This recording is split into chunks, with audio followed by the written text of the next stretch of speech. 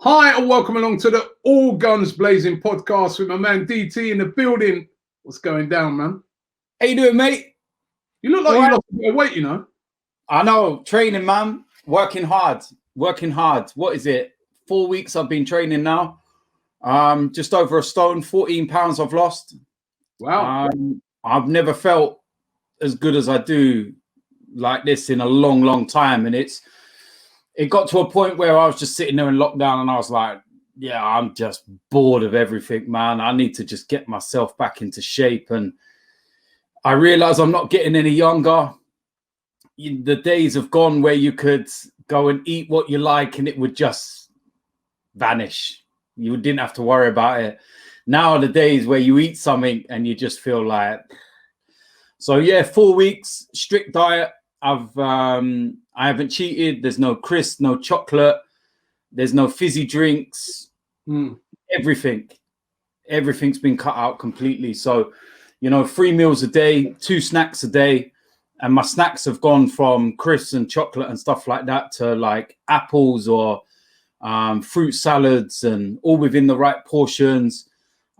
Training days, it's, 2 reduced carb meals and a carb meal, like an hour or so after training. And then on non-training days, it's 3 reduced carb meals. And it's just keep it within the right portions, look after yourself, work hard, and yeah, you can get the results that you want. But I've got a job for you, man. You can go down to Arsenal's training ground and help them with the training, you know what I mean? Because now that football's coming back, they're going to need to be fit, right? And rearing to go for that first game against Manchester. Yeah.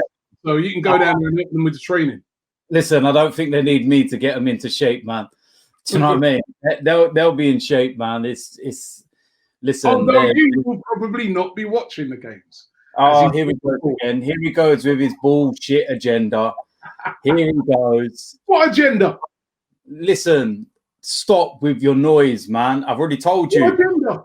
I told you very clearly, if it's safe for football to come back, so be it. No problem at all. There's 500-600 people dying a day. There won't be no football. But if we get the death rate down and everything's going the way that it is at the moment, it's rapidly changing day by day.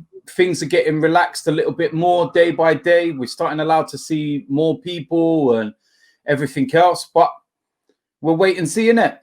That's what I said at the time. I never said nothing. Hold on. No, you didn't, Robbie. Stop getting on your high horse. Stop getting on your high horse. You make yourself Wait a minute.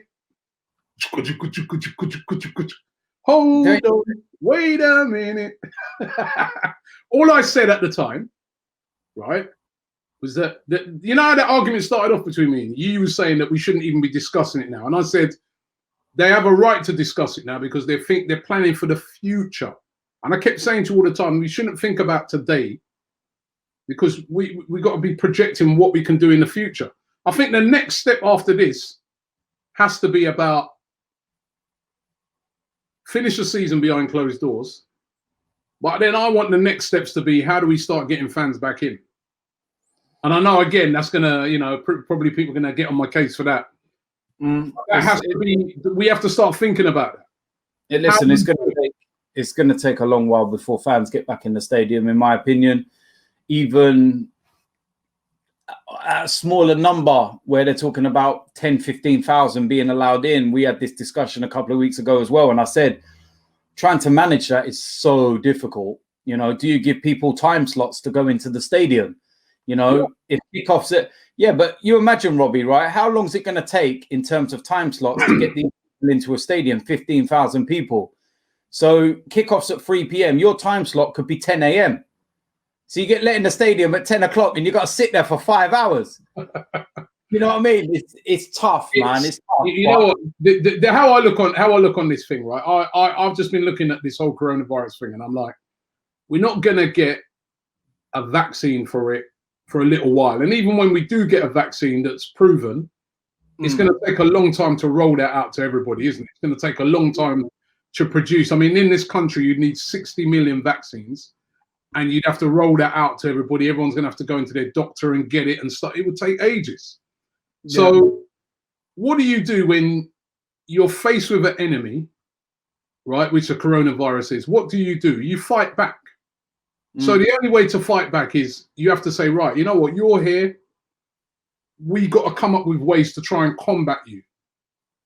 Things like this track and tracing that they're doing, to try and like limit the amount of cases. I get what you're saying. And I don't know. Listen, I don't know. I don't have the answers, but I just like to just think to ourselves that this is not going to be gone. And when I hear things like, oh no, it could be the whole of next season with no fans inside a ground, I'm like, that will kill the game. I mean, I even saw where Arsenal have already, and this is what I was saying, that what worried me about this whole thing is that it's the little guys who lose their job first. So I was reading where Arsenal are letting a load of their scouts go. Scouts that have been at that club for 15 years doing their job. Brilliant job as well. Look at some of the players that they've spotted. First people to go, Arsenal are letting them go, and then saying to them that they can reapply for their job come next season, which I think is scandalous as well. I mean, obviously there's no games for them to go and scout at the moment.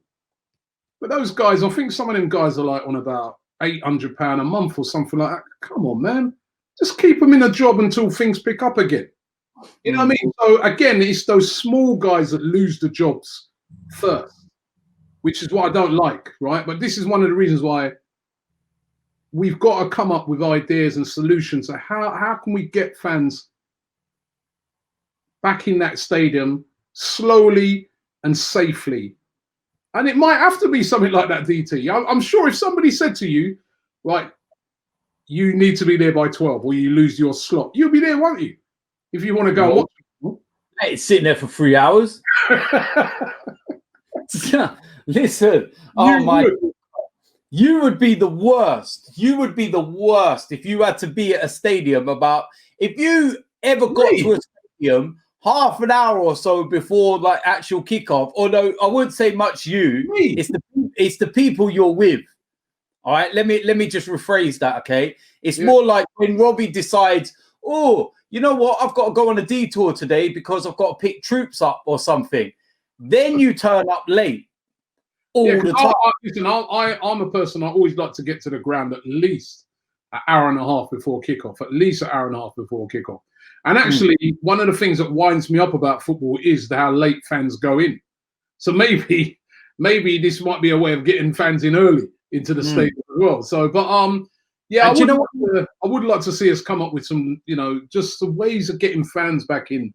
I do have a way, though. I do have a way. What? Because I found out that if you have media accreditation, you can get in to watch the games because you're media, innit? Right. So, you're still going to try and get in that way? I think they will spot you. You know what I mean? Hey, listen, if I've got media accreditation, you can't refuse me entry. Yeah, they've got to give that. The club's got to give that to you. Hey, it's not what you know. All right, good luck with that one. Stadium, see you soon. Do you know what I mean? All you're going to get to the first game back, right? Man City away. And it's going to be so quiet. And then randomly, all you're going to hear in the background is like my voice shouting, "Come on, Arsenal! Come on!" It's going to be like, oh my God, how has he got in the stadium? Apply to be a steward or something, you know what I mean? Yeah, apply to be a steward or a cameraman or, do you know what I mean? Something. It's just, but look, we say it in jest, but listen, at the end of the day, we realize that this is going to be the norm. And, I saw today as well that they put the proposed dates in for the FA Cup. Yeah. End of the month for the quarterfinal. Yeah. I'll be very interested to see what they do with the semi-final because obviously they're normally at Wembley. Yeah. But they're at Wembley because they want to make money. Yeah. So do they now turn around and go, you know what, let's just stick the final at St. George's Park or whatever because no one's going. So it don't really matter, does it? But can you imagine the FA Cup final at Wembley? 90,000 seat stadium and it's empty. I personally think they should have just left the FA Cup for this year. They should have just I don't know. I suppose it's near there, but they're already trying to cram in all the Premier League games. Now you've got the FA Cup games in there as well. I mean, I suppose every association's trying to fight for their thing because they want to make money or recoup back some of the money that they'll lose. But how many? I mean, I'd be interested to see what those teams will be looking like that play in those competitions. You know what I mean? Because I think a lot of players are going to be absolutely shattered. This is why they were speaking that, and they were talking about the 5 substitutes, because fitness is going to play such a big role. And coming back against Man City, I mean, it couldn't have got no harder, could it? It can't be any harder, but it could actually. We could be playing Liverpool away. That would be harder. But I actually would rather play Manchester City in the very first game than 3-4 games down the line when they've got up to speed of, their match fitness and their sharpness and whatnot. So I actually think that it's a free game for us, to be quite honest with you. It's the game in hand. Is it?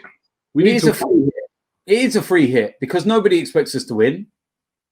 Absolutely nobody. As soon as it was all announced yesterday, even we joke about it and like, oh, look, yeah, memes of me celebrating a goal at Chelsea that time and then realizing it's disallowed. It's, you know what I mean? That meme is perfect for those moments when you're so happy and then it's like, but, yeah.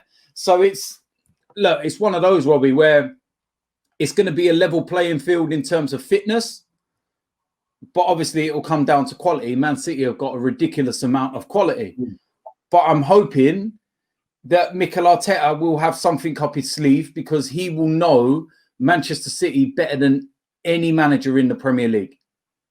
So you've got to hope that he knows something and he can combat what's coming. And, we'll see how it goes. But I feel it's a free hit. And in many respects as well, I think it gives us Manchester City, Sheffield United and Aston Villa, because we're the 4 teams that have got to play that game in hand. I feel it gives us all a bit of an advantage going into the first real weekend set of games because we're going to be playing Brighton. So for us, for example, we're going to go into that game against Brighton. You presume it would be a Sunday with us playing on a Wednesday. We would have had 90 minutes under our belt. We'd have had a game, whereas Brighton won't. No, well, you say that, Robbie, but listen, they're very fit players. They are very, very fit players. And look, these players ain't going to have been sat at home, bone idle for the last 3 months. They're not going to have been doing nothing. Yes, it ain't ideal. No, they won't have been doing the kind of training or the levels of training that they would have been doing even in pre-season. But it is like an extended pre-season. And if anything, in pre-season, they're more likely to let themselves go a little bit more because that's when you do proper just down tools, relax, time away, break, holiday, eat. You know what I mean? Whereas this, because they're in season mode still, they've kind of been having to tick over and they've been having regular Zoom classes and all of that kind of stuff that they've been doing and everything else. So it's not the same though, is it? No, it's not the same, but I don't think it will be as bad as what some might make out. You look at the level that the Bundesliga has been. I've been pretty impressed by some of the intense level of the Bundesliga. And one of the things I've noticed as well in a lot of the games, the 5 substitutes are not all getting used. That's another thing. You're getting maybe 4, but it's pretty much the standard 3 subs or so. So they're not even stretching to the 5. And, when I watched the Dortmund versus Bayern Munich game, the intensity level of that game was immense. Good game, that was. Such a good game. But again, it didn't look like anyone was really feeling the effects of it. And they've got a few games under their belt and they're... There was, injuries in Haaland got injured. I mean, that's the worry as well. You've got players that... Because these players are so primed to play games. And, sometimes when you've had such a long break, it is going to have an effect. Of course it is. They're real athletes, you know what I mean? So fitness is going to be so important. It's going to be so important. But you are right. The fitness levels in the Bundesliga games has been very good. But we're going to need that. We're going to need that because we got a lot of tough games. But the one thing I do think is that every game for Arsenal, for instance, means something coming back. Oh, cool. To free hit, not really a free hit. I think we need something from that game, even a point, because we are playing catch up. So if the aim is to try and get into the top 4 or top 5, a win against City, I mean, what would that do for confidence and morale going forward from that game? You know what I mean? So it's and we've got big games coming up. We still got to go to Tottenham. We still got to play Liverpool at home. We still got to play Leicester. We still got to play Wolves. So in our 10 games, we've got some very difficult games. And then even some of those small teams that we're playing, like Aston Villa, Watford, Brighton, they're all threatened with relegation. But every single game we played, even though they're going to be behind closed doors, every single one of those games is going to mean a lot. You know? I know they are. Listen, I'm not disagreeing with you. Every game is, but I just feel that the Man City one, for me, it is a bit of it is a free hit for me in that sense, because it is a game in hand. I know we need to win it, and it would be unbelievable if we did, or even got a point away from there after the time that we've been away and whatnot. But I just feel it's one of those games which you can go into where I don't feel like we've got any pressure. That's probably the better way of explaining it, that we're going into that game with a sense of not us as a team or the players. I mean, everybody's looking at it like Arsenal are not going to win this game. You can go out there and express yourself. You can go out there and play football. You can go out there and try and do what Mikel Arteta sets you up to do without any pressure. There's no real pressure on you to win that game other than yourselves, because everyone outside of, Arsenal is like, okay, well, they're going to lose that game anyway. Can't wait to see them get slapped, AFTV and chill. All this rubbish that you see on social media. So, for me, the players can go into that with a relatively relaxed attitude because they've kind of like, there's no pressure on them. And I think that if they, listen to what Mikel's, trying to get them to do and what we saw before we went into lockdown and everything, then it's promising. But they've got to start producing it on the pitch as well. The fitness levels were up massively since Mikel Arteta come in. You only have to look at the stats with the coverage and everything else. And we've gone from mid-table in terms of the stats and the coverage that the players cover and right up to near the top because he's demanding more. And the players are obviously responding because we're unbeaten in the Premier League in 2020. Now, that might change in 3 weeks' time. Do you know what I mean? But at the end of the day, we're the only team that's unbeaten in the Premier League in 2020. So if it's that easy, why ain't you done it? I wonder if Tierney will come back into the team for that game. I mean, he's got to. Even Torreira's fit. Do you know what I mean? Why not? Because it's not like you have to bed these players into the speed of the game, because everyone's going to be at the same speed. Everyone's going to be starting from scratch. And every player has a different DNA. Everyone has a different level of fitness. So some players will take to it like a duck to water. Some players might take time. You know what I mean? So Tierney looks like the kind of player I reckon he would just get thrown straight in and he'll be fine. I've never seen that guy wear anything except shorts and T-shirt throughout the whole season.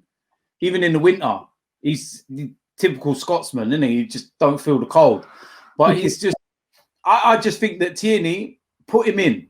And if anything, put Saka further forward on that left-hand side. Let Saka go and cause some damage further up the end of the pitch. Put Aubameyang in the central position. You've also got the option of Lacazette. You've got Martinelli, Pepe. We've got a lot of options there. Yeah, I was feeling really good. I was thinking, some of the good injured players are coming back. And then I was doing my show yesterday, and then somebody then reminded me, City will also have Sane back. They'll also have Laporte back. I was like, oh God. Yeah, but again, Robbie, they're starting from scratch. Everybody's starting from scratch. You know, Sane, he's been out for a very long time. Very, very long time. So you've got to add that on to the time that he's been out through isolation. So that's a long time. It's going to take him a while to get back up to speed of things. De Bruyne, I see some of the training pictures and boy, maybe it is a good time to play him at the moment. I don't know what it is about Belgian players. Do you know what I mean? They all seem great. Even if he's got a pot belly, mate, he's still dangerous. Oh no, yeah, he is dangerous. you just hold on to anything and have a little bit of hope, innit? You know what I mean? So it's look, at the end of the day, I'm not looking at the remainder of the season with any form of fear, to be quite honest with you, because I wrote the season off when Unai Emery was still manager because it was a shambles. So for us to be sitting here with 10 games left and still be in touching distance of a Champions League place, let's get it right. We're still in touching distance. By all rights, we should be 20 plus points behind a team in Champions League places. We should be a million miles behind, but we're not. So before people criticize Arsenal's season, take a look at your own team and wonder why you're not that far ahead of us when we're having our worst ever season. True. So, do you know what I mean? At the end of the day, it's there to play for. I'm interested to see how home matches pans out because, again, go to the Bundesliga because you have to use it as an example. None of the teams playing at home seem to have an advantage in the Bundesliga. It's really evened itself out. And a lot of the sides that are playing at home, they look like they're struggling. They look like they're missing their fans. And it kind of makes you look and go, yeah, it just shows how important fans are to a team. Do you know what I mean? And that's what we're saying. And I put a tweet up about the FA Cup to do with playing Sheffield United. And you always get the silly little kids on there that just say things in a different way. But I turned around and said that I actually think it's very even playing Sheffield United in an empty stadium now, because going to Bramall Lane is not easy. It's not an easy place to go. I don't care who you are. They had a great atmosphere when we played them earlier in the season. Yeah, they've got a great atmosphere. And an FA Cup quarter-final, they would have been pumped for it. They would have been so up for that. So it's going to be more of an advantage to us to go there, and they haven't got that 12th man behind them. That's all I was trying to get across. But obviously you get the same people like, oh, that's your level, Sheffield United now, and this, that, the other, whilst they're conveniently forgetting that Sheffield United are above their team as well. Fools. So listen, at the end of the day, man, it's a tough place to go. It is a tough place. And I just think that it'd be interesting to see, man. The North London derby for me is the one that I'm looking forward to. Yeah, confident of top 4, 5, 6. Do you know what? I'm confident we can get in the top 5. I genuinely think we could make the top 5. Why not? 5 points. 5 points off 5th place with a game in hand, Robbie. Yes, the game in hand's Man City. But let's say we lose the game against Man City. It's still only 5 points. 5 points. You tell me a team that's fighting for 4th and 5th place, yeah? Out of Chelsea, out of Man United, and Tottenham, everyone else. And you tell me which one of those teams has put a consistent, sustained winning run together. None of them. None of them have. Do you know what I mean? I think in 2020, if I was right in thinking, I think we picked up a possible 19 out of 24 points or something. 19 out of 24. That's good. That's really good, Robbie. You know, if we go, we've got 30 points to play for. If we only drop, say, 5 points out of that 30 and we get 25, we'll be in a Champions League place.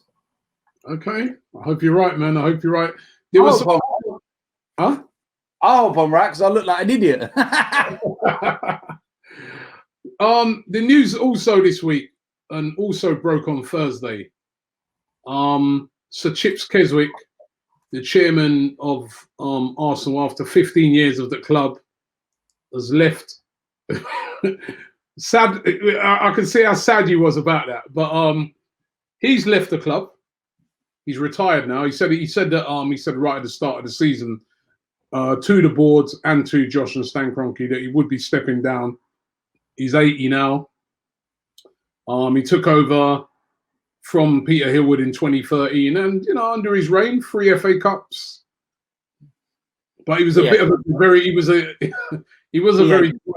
very divisive figure. Listen, what do you think about him leaving? Listen, the guy's a dinosaur, absolute dinosaur. Another one of the old guard, dinosaur, out the door, bye-bye. Shut it on your way out and make sure it don't hit your head. You're a parasite. Cannot stand the guy. The guy had no respect for the fans. He didn't care about anything apart from lining his own pockets. Get back to your carpet business and leave the football alone. Good riddance. Piss off. That's not very... He's an 80-year-old guy, man. I don't care if he's 80. I don't care if he's 18. Piss off. All right? I remember the AGM when a fan asked him a genuine question. An AGM, for people that don't understand about AGMs, wherever you might be in the world or do not understand, it's an opportunity for fans to sit in front of, well, it was an opportunity to sit in front of, not now because he owns the club, but you could sit in front of Stan Kroenke and Chips Keswick, who was the chairman and whatever, and you get to ask them questions. And a question was put to Chips Keswick about the Champions League and about us not participating in it and how we want to compete and when we're going to buy these players and the normal stuff you want to ask your owners. When are we going to be competing? And he stood there on stage and he went like that. Shooed him away. And he turned around about the question. He said, that's noise. That's noise. Like a little boy. And you want me to sit there and be nice? Piss off. Get in the bin. Get in the bin. I'm just saying, he's an 80-year-old guy now, so... Oh, well done. Enjoy your retirement. Enjoy your retirement. Piss off. Don't come out with your shitty little statements on the Arsenal website about how you're a fan. Oh, we're in great hands in Stan and Josh. Fuck off. He's a lifelong fan. He is a lifelong fan. Yeah, right. Yeah, lifelong fan. Yeah, he's put so much money into the club, and he's sat there and gone. He's in the away end and bought season tickets season after season and piss off. Piss off. Absolutely no chance. Don't even try sitting on a fence. Don't even try winding your little clock up, Robbie, to get me going. You don't need. I've not said nothing. Listen, don't about be nice or anything. I couldn't give a shit. I'm just saying that. Listen, I hear you. I hear what you're saying, and you should be nice because he's 80. I was at that AGM. I was also at another AGM where a woman just simply asked him a question: why is there no diversity on the board? and I remember, what did he say? He said something like, I've got a lot of black mates and we play cards together or something like that. And I was like, what? Did he just say that? So, he was a very divisive figure. But he's 80, so he's 80. So, you know what I mean? That is you get someone from that era sometimes. They're from a different time, innit? So you've got to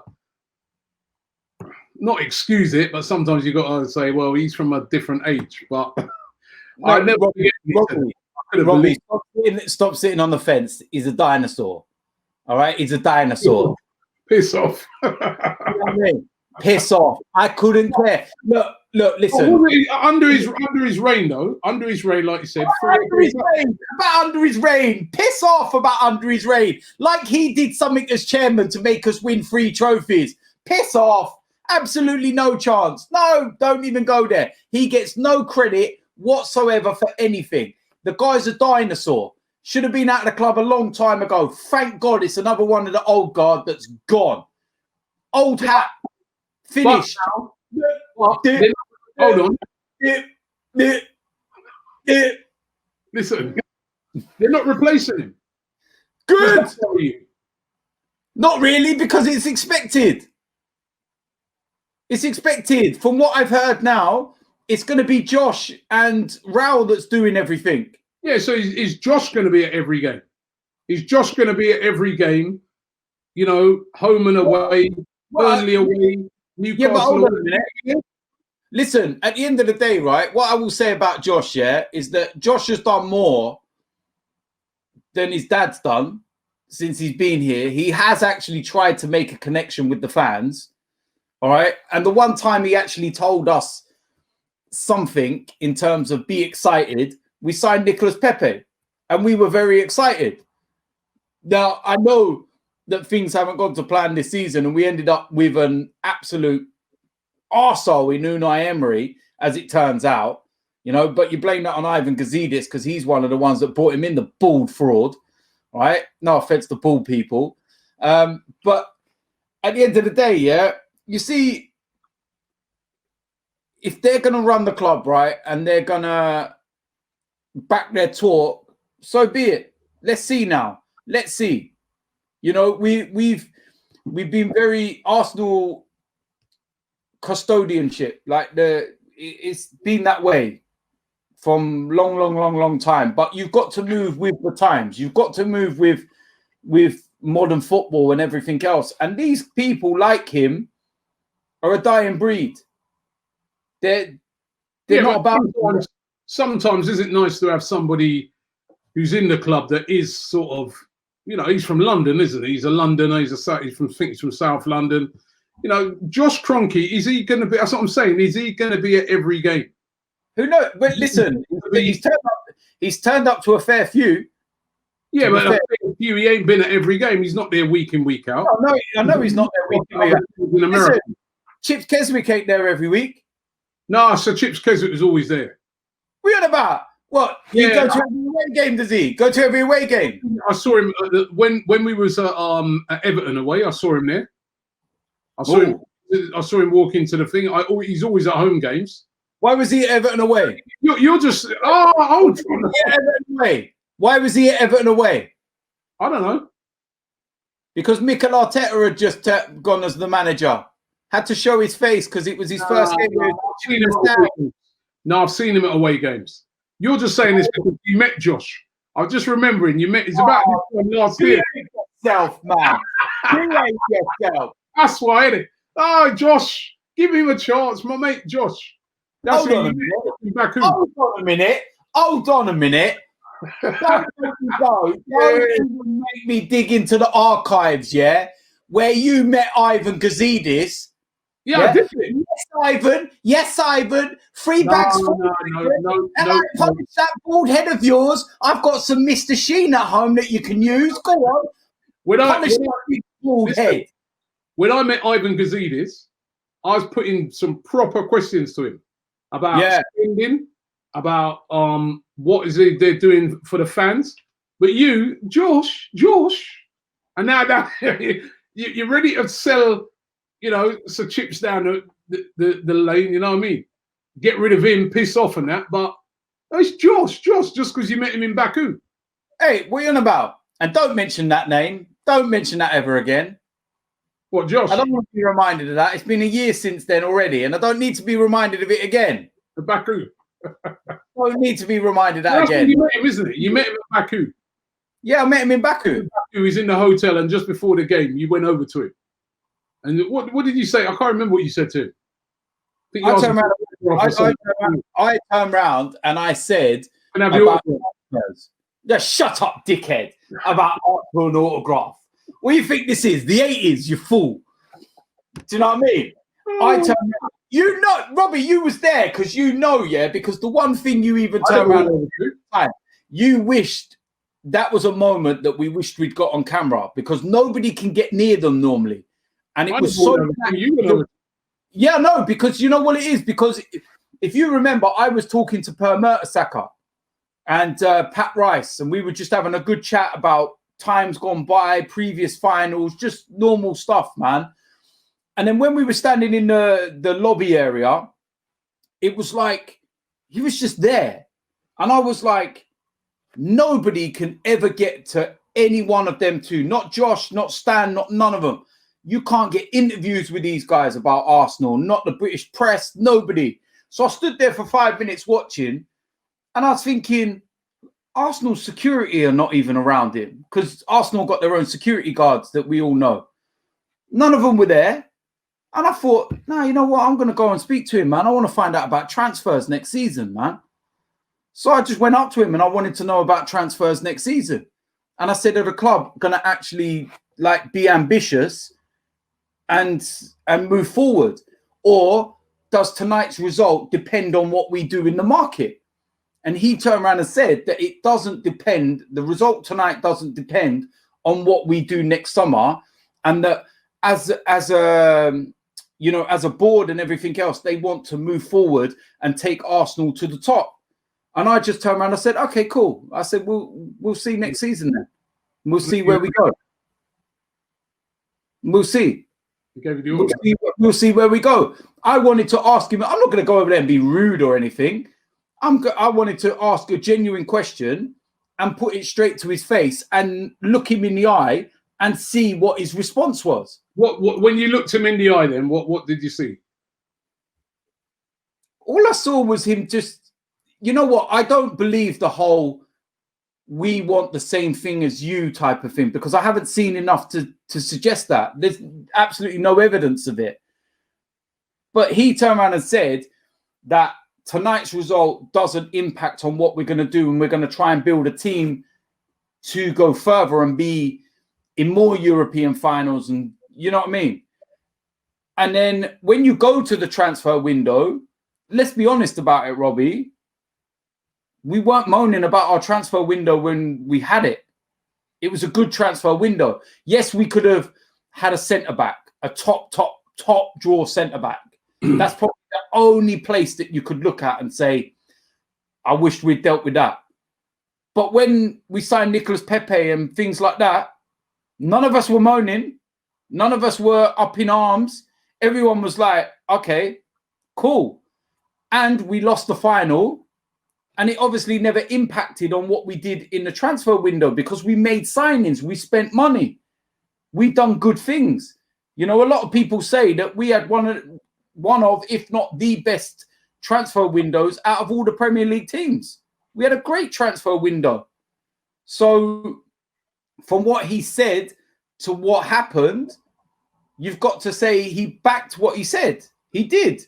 He did back it. As much as we don't like them and think that they're not good for the club or whatever, or his dad ain't, they did actually do something in the summer.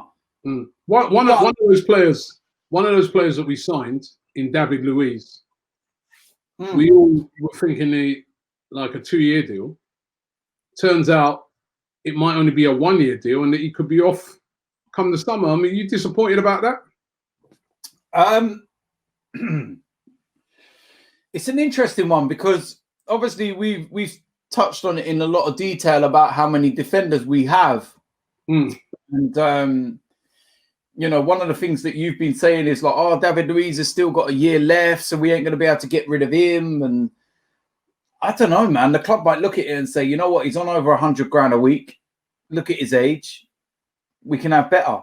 And let's build more for the future. He's one of the old guard.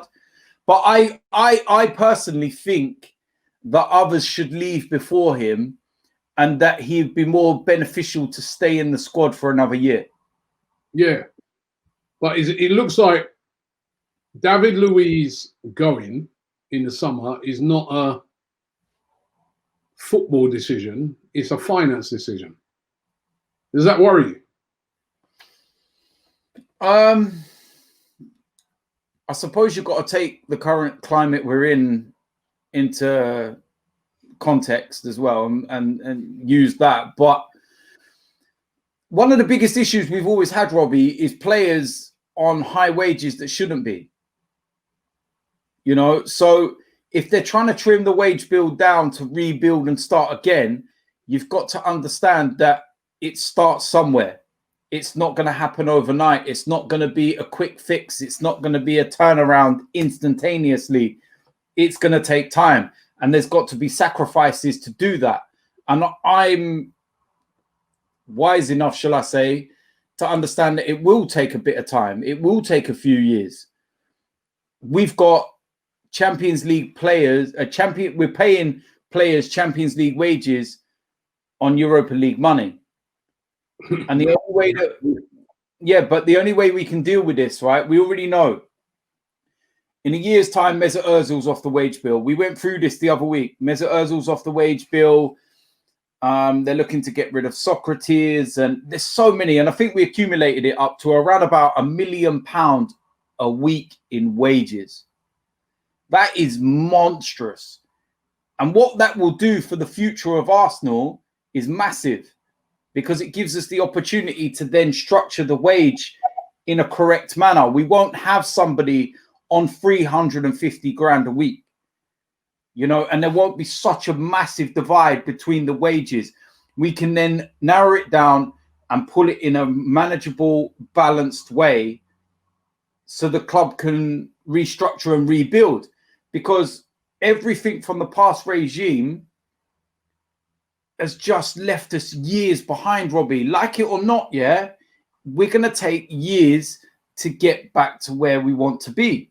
It will take years. It will take quite a few years. And we need to be smart about it. And we need to be pragmatic. We need to be savvy in the window as well. And we need to produce more Sakas and players like that. Yeah. So if we're going to produce more players like that, we need scouts. And the way, just going back to what I said at the start of the show, I don't like the way Arsenal have treated those scouts. You know, I don't know the ins and outs of the story. What I will say is that, you know, look, a lot of them scouts, look, with our academies in good hands in terms of what's coming through at the moment. We've got some serious talent coming through. You know, even in the striking department, the one player that I'm really keen to see is Balogun when he makes the step, because the guy just looks frightening in front of goal. He's spotted by a scout somewhere, right? And that's what I just don't like, what they've done with these scouts. Yeah, listen, I know you can turn around and say, you know, they'll turn around and say, well, there's no games for them to scout at the moment. But I just think those guys have done such a good job. Keep them in a job on their very low wages that they get, which is about £800 a month, plus expenses to go around and watch teams.